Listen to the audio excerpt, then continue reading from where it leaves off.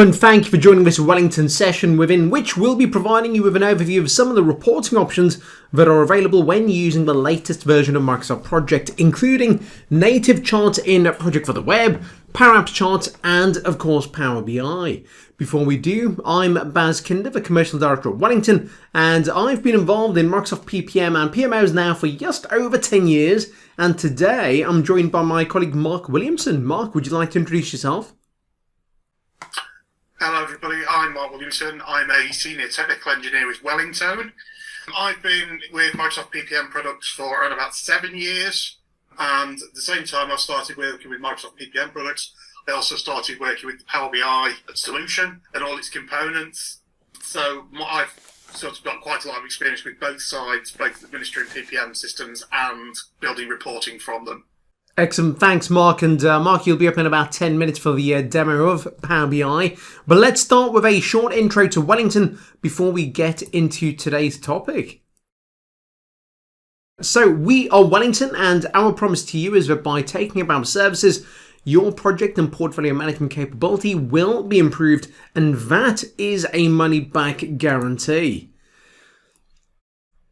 And having been around since 2001, we've managed to collect quite a few accreditations over the last 20 or so years. As you can see from the collection of badges being displayed on the screen, we are headquartered in Windsor with offices in Ireland, Spain and India, but we do work globally to support our customers no matter where they are. And we offer a wide variety of services that span consultancy, technology and training, the focus again being on helping our customers to improve their PPM capability. You can read more about us by going to wellington.co.uk, so please do follow our link and have a look through the website. And just before I move on to discussing Microsoft Project, here's a small selection of our customers, quite a diverse mix of organizations, but the one thing that they all have in common is that they all have PMOs and they all manage projects. There's a number of case studies available on our website, so do follow that link. Again, it's displayed on the lower right hand side, and take a look through those case studies. So let's talk about the reporting options for the data you're capturing within Microsoft Project for the Web and potentially the associated Wellingtone Power App, the Accelerator Plus. And in general, you have three primary reporting options available for Project for the Web. Firstly, if all you want to do is see some basic visualization of your project's data, then you can access native charts within Project for the Web itself. And through these charts, you won't get access to portfolio views, but you will see, for example, the number of tasks within your project and their statuses. You can also see how many hours are assigned to each person and whether or not they're on track to complete what they're meant to be completing when they're meant to complete it. Next up, we've got Power Apps charts, which are ideal if you're using Power Apps to extend a project for the web and if you've got relatively simple portfolio level reporting needs. And these charts provide quick and easy visualizations such as the number of projects in the pipeline and their statuses, the number of projects per type by portfolio possibly, and you can also see financial summaries in there as well. You do have the ability to drill down and get further insights, but if you want to access more advanced reporting capabilities such as complex data modeling, advanced analytics and interactive dashboards, maybe with a dash of AI, then Power BI is likely to be the better choice for your project reporting needs. It is worth noting, however, that all of these reporting options can be complementary. So for example, you could use Power Apps charts for some very basic visualizations within your Project Power App, and Power BI for the more comprehensive and detailed project reporting that might be required by some of the senior stakeholders. But ultimately, the choice for project reporting really depends on your specific requirements and your preferences. And now that we've outlined the options, let's dive in and take a look at some live examples. We'll start with a very quick overview of the native charts in Project for the Web and Power Apps charts, but the main focus of the demo today is going to be around Power BI. So Mark, you might want to start warming up with some stretches. You'll be on in around 5 minutes. But before that, let me jump over to my demo environment. So here we have Project for the Web. I've already got a project opened, the COO Health Assessment Tool project. And if you're not familiar with Project for the Web, then do take a look at the beginner's guide video that's available on our YouTube channel. But here in the grid view, I've captured some task information, durations, efforts, and so forth. We've even got some resources assigned. And what we want to be able to do is to visualize all of this in a series of charts. And that's exactly what you've got access to through the out-of-the-box charts that are available within Project for the Web. So again, these are pretty simple, and they're not providing portfolio level views. They are providing very simplistic views of your project data. So here, for example, I can see some task statuses, and if I hover over, you can see that kind of comes to life. We can also see the number of tasks per bucket and what the status of those tasks is, and we can also see the effort per person being broken down, and I can see some red there. So Lydia is not maybe doing too well, judging by this data. And these charts, by the way, they're very reminiscent of what you get inside of Microsoft Planner. You can also, before I forget, go in and apply filters. And I might, for example, want to view what's falling behind. I might also want to go in and look at work assigned to specific individuals. Let's go with Bianca. And we can see her breakdown of her tasks being displayed there. But beyond this basic project reporting, if you want to start getting some portfolio insights, then the next step up would be the Power Apps charts that are available within the Wellingtone Accelerator Plus Power App, which extends Project for the Web. Now, I'm not going to provide a deep dive around the Accelerator Plus today, but we do have a really good video on our YouTube channel, so that's youtube.com/WellingtonePPM, that you can go and access, that provides a beginner's guide really to the Accelerator Plus. But in brief, this Power App lets you capture portfolio level details around your projects. So again, it's a really good extension for Project for the Web, and it converts what is a relatively simple scheduling solution into something that is more enterprise ready, PMO ready. But again, the focus today is on reporting. So here we have some Power Apps charts, and you can see they're pretty wide ranging. We can see the number of pipeline items that sit within the portfolio. We can see some very high-level financial summary. We can see things like the number of projects by type. We can also see the breakdown of portfolio being displayed in that chart there. And these are interactive reports and charts, not to the level of Power BI, which is something that Mark will be demonstrating, but you can nevertheless drill down. So let's drill down and look at the projects that are contributing towards this financial summary. Let's find project and let's display that as a bar chart. There we go. And we can also expand these out, by the way. And beyond this, we can also go back to that project list that we had before, and we can access some charts through this particular window as well. So in order to do this, I'm going to click on that Show Chart button. And here we can see, first of all, the budget by business unit. And again, we can drill down if we want to.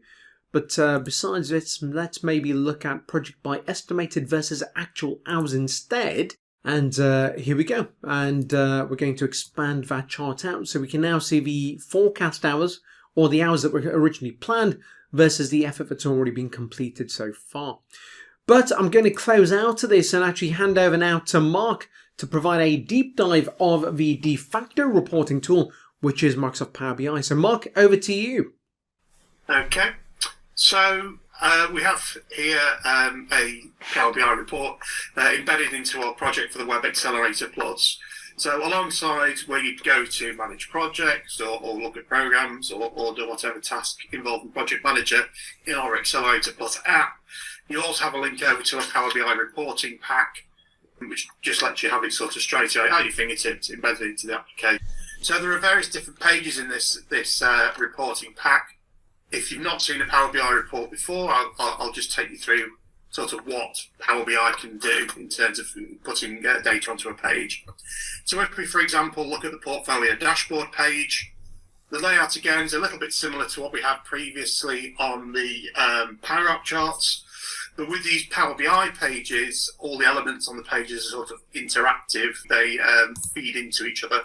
So if I click the In Progress segment on this chart, that filters down the page to just show projects which are currently in progress. Similarly, if I come over to this chart and I click the stage definition, now you've got all the projects which are in the definition phase at the moment. So you can build up flexible report pages that you can explore data on interactively without necessarily having to build 100 different versions of the same report filtered lots of different ways. As well as clicking the sort of on-page elements, you also have the ability to filter down page at once. So, for example, if you were only interested in the capital projects portfolio, you could set the filter to that. And then you've got a view of the capital projects portfolio as a whole as a report. And again, you've not had to sort of set up a PowerPoint to give you just that report, or nobody's had to run off and go into Excel or build a load of charts just for this particular slice through the data. You've got a flexible report page there that gives you the same view for that portfolio. And it also then obviously enables you can very quickly compare the same view between different portfolios, and it becomes quick to sort of analyse data based on that.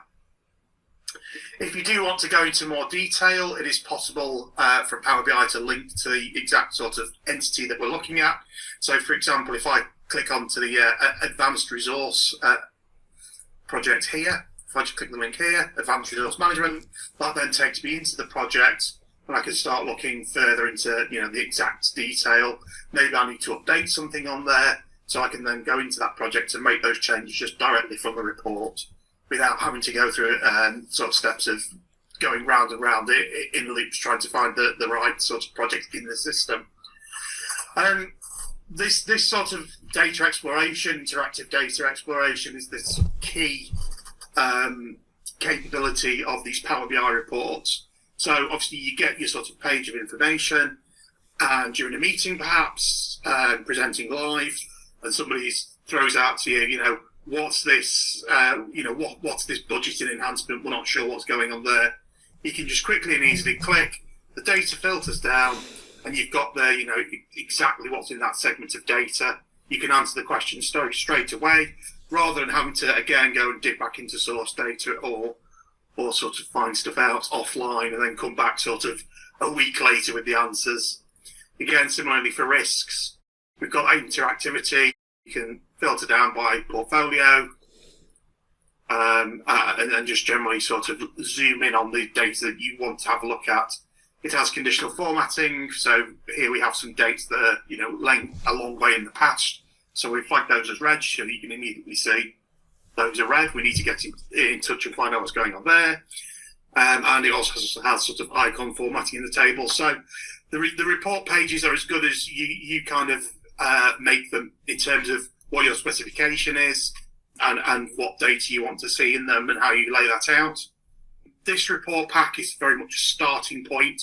It has a little bit of everything, but there may be other requirements. There may be whole other entities, so there may be sort of a change log you want to track. There may be some other logging you want to do. All that data is held in Project for the Web as an extension, so as part of a Power App extension. All that data is in one place, so Power BI load that data into a data set, and you can report out on that easily without having to sort of buy any extra sort of tooling or software on top of just Project for the Web or Accelerator Plus extension or other bespoke extension. And then Power BI, those are the sort of tools you need to run and then report on this portfolio. So on top of what we have here, a sort of pre-made report pack, the data that underlies this report is also loaded into Power BI. So beyond this sort of embedded report, if we go to the main Power BI service, which you can go to through app.powerbi.com, and I go to the home page, you'll see there's a whole other sort of set of functionality which you can also do with the data that report's based on. So we've used this sort of set of data called Accelerator Plus reports to build a report called the Accelerator Plus Report Pack, but we can also do a lot more with that data set now that it's loaded into the Power BI service. So there are all sorts of capabilities online, so I'll just walk you through a few of them. So the first thing we have is quick insights. So you can load a set of data into Power BI. You can ask Power BI to generate insights based on that data.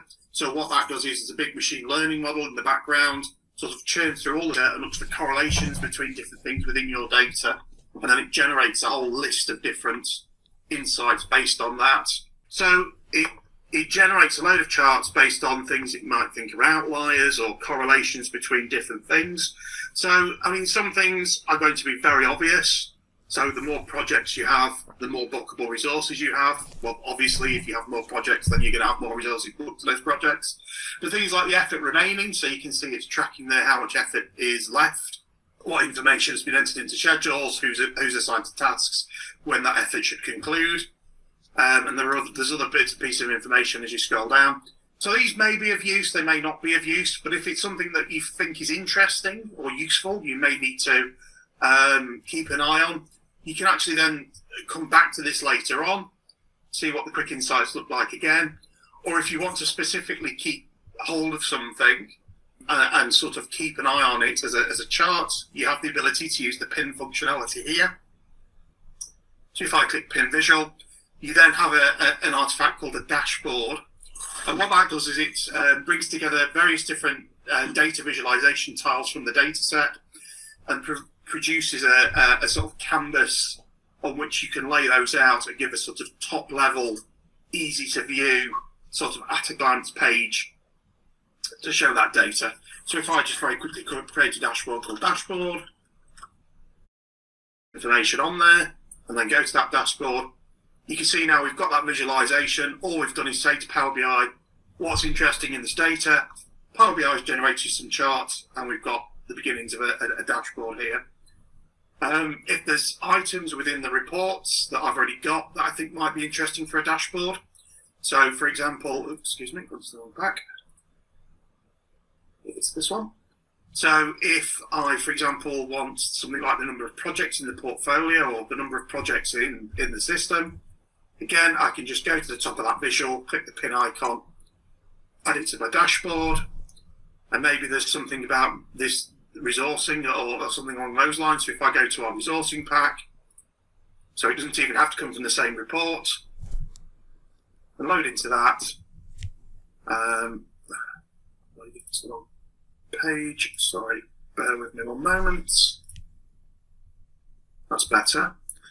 So say if I want to bring this resourcing chart in from a different pack, again, I can pin this to the same dashboard. We can then look at the dashboard as a whole, and you've got this sort of high-level view that you can build up at a glance. So these are really useful if you've got sort of senior stakeholders who don't particularly want to get into the long grass over what's going on in the portfolio, but they can, if they want to just see how many projects have we got, how many red risks are there, as a sort of headline figure, this kind of thing gives you the ability to do that really quickly and easily, and gives you a nice clean layout. You can just share then onwards with whoever needs to know the information. If you do want to get back into the detail for this dashboard, all you then need to do is just click a tile.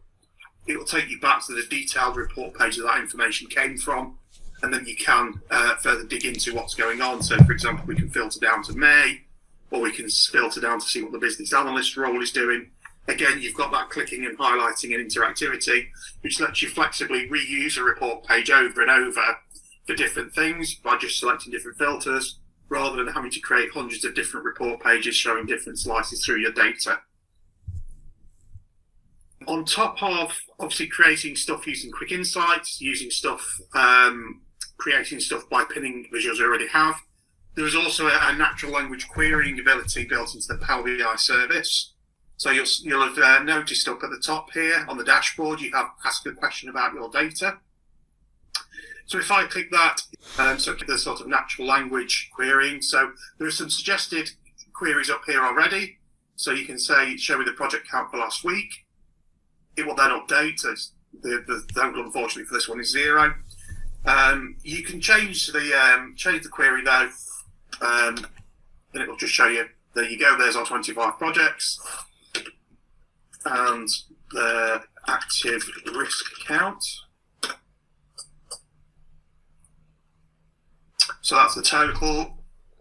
Or you can change that query to say, show me active risks by project. And then again, it will update. And now it's decided, because I'm asking to show it something split out, the up visual is now updated to show me a bar chart. You also have some control over here in the visualization. So you can then do some tweaking in terms of what the visual is showing. You can do some filtering here. And again, once you're happy with that visual, just hit the pin button. You can pin that to a dashboard, go to the dashboard, and then you've got that visual there. You've typed no formulae, you've not done anything other than say, show me the active risk split by project. Power BI has generated that chart for you. Additionally, that sort of feature is now also available for building reports. So you could potentially come into Power BI, select an existing set of data that you've already got on there, create report, and then you can just click ask a question up here. And then you can start building reports just by asking questions. You don't even need to know anything about formulae or what all these buttons do. You can just get started by saying, what's the project count? You've got a visual showing the project count, just turn that into a normal visual. There's your project count on the page. So for example, the resources data set, I would want something like the number of assignments per project. So something like that, so a bar chart like that, and then once again, turn that into a normal visual. You've got the beginnings of a report page, and again, all you're doing is sort of asking Power BI questions based on the data set. It's giving you an answer as a chart, as a number. You can then build that up as a report page very quickly. Once you've got sort of beyond that stage, if you want to tweak this, you've got all the sort of standard report building options that Power BI has as well, that you'd use as an expert building a report from scratch. So you can do things like alter the grid lines, reformat, change colours. If I change the colour to, say, orange, that kind of thing, that's all available too. Then you can just go File, Save, click an empty report. And you've quickly created a report by doing little more than just asking a few questions about your data. We go back to the workspace, and there's your report to use and refer to in future. So now every time that data refreshes in the background, and this data is automatically refreshed on the schedule from Dataverse. So it's usually around every 2 hours we use, but it can be more frequent if you have different types of Power BI subscription. But every time that data gets refreshed, the report that it's attached to gets refreshed, all these dashboard tiles get refreshed, and your new report created using that data also gets refreshed in Power BI. So this will stay up to date now. So that's hopefully giving you a quick overview of Power BI and how quickly you can get up and running creating visuals in it. As I say, once you've got some data in Power BI, it is very powerful in terms of what you can then do with that data and reuse that data to build your own reporting alongside what perhaps has been provided and to you as part of an installation. And yeah, that's pretty much all I have to show and walk everybody through. So I will hand it back over to Baz. Thank you very much, Mark. Excellent. If you bear with me 2 moments, guys, I'm just going to start showing my screen again, and we'll get back to that slide deck. Let's talk a bit about next steps. So I'm sure that outside of the high-level overview that you've had today, you would like to get a deep dive, and maybe you'd like to arrange a demo of the wider Microsoft Project for the Web environment in addition to reporting. So if you want to arrange a demo, all you need to do is ping me an email using the contact details coming up at the end, and I'd be more than happy to set that up. Perhaps you're looking to get a better insight into what an implementation might look like within your organization. You want to understand what the implementation roadmap would be. You want to understand how much effort is required. And in order to give you all of those answers, we can provide you with a envisioning workshop. So again, get in touch if you'd like to arrange that. And for anything else, whether you're interested in the technology or some of the other services that we provide, please, again, drop me an email and we will get back to you. Now, before I do share my contact details, a reminder that we do have a very active YouTube channel with a ton of content on there around Project for the Web. So again, follow that link if you haven't already and subscribe to that channel. But here are my contact details. So you can drop me an email to baz.kinder@wellington.co.uk. You can also find me on LinkedIn by either typing in that URL, doing a search for my name. You can even scan that QR code and that'll take you directly to my profile. And similarly, if you want to connect with Mark, I advise you do a search for Mark Williamson at Wellington and you will find him. And whilst you are on LinkedIn, do give Wellington a follow. And again, don't forget to subscribe to our YouTube channel. But everyone, I hope you found that useful. And thank you very much for your time today.